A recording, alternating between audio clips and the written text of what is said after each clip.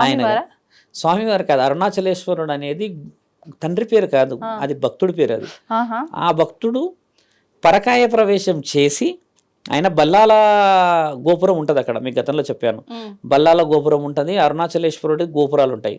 అయితే మీరు అరుణాచలం వెళ్ళారా ఇంత ముందుకు ఎప్పుడన్నా? వెళ్ళలేదు. ఈసారి మీరు మొబైల్లో ట్రాప్ చేసి చూడండి. అరుణాచలంలో ఒక గోపురం ఉంటుంది, ఆ గోపురం మీద ఇంత పెద్ద రామచిలుక ఉంటుంది, ఇంత రామచిలుక ఉంటుంది. అంటే బొమ్మ ఇట్లా రాయితో చెక్కిన బొమ్మ ఉండి ఎర్రగా ఉండి ఇదంతా గ్రీన్ కలర్గా పెద్ద తోకతో ఉంటుంది రామచిలుక. ఈ రామచిలుక అరుణాచలేశ్వరుడు. ఈ అరుణాచలేశ్వరుడు ఎగ్జాంపుల్ ఎందుకు చెప్తున్నామంటే, ఈ భల్లాలుడికి అహంకారం ఎక్కువ ఉంటుంది. భల్లాలుడు ఆ దేశ రాజు ఉంటాడు. ఆయన ఏంటంటే కాళికామాతతో డైరెక్ట్గా మాట్లాడగలిగి పట్టభద్రుడు. అయితే అదే ఊరిలో ఈ అరుణాచలేశ్వరుడు మంచి భక్తిపరుడు. ఆయన 16,000 శ్లోకాలు రాశాడు, కీర్తనలు. ఆయన కీర్తనలు పాడుతూ ఉంటే పరామర్శించిపోయేటోడు అంట పరమాత్ముడు.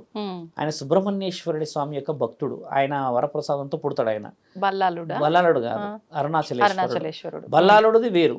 బల్లాలుడికి ఈ నోట ఆ నోట ఈ నోట అరుణాచలేశ్వరుడు అనే ఒక భక్తుడు పరమశివుడిని మెప్పించేలా ఉన్నాడంట.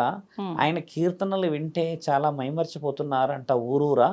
అంటే ఈయనకి కోపం వస్తుంది. ఆహా, కాళికమాతతో మాట్లాడుతున్నానే నేను, కాళికమాత అంటే అంత గొప్పది, ఈయన అంత గొప్పవాడా నాకంటే, ఈయన సంగతి ఏదో చూస్తా అని కబురు పంపుతాడు.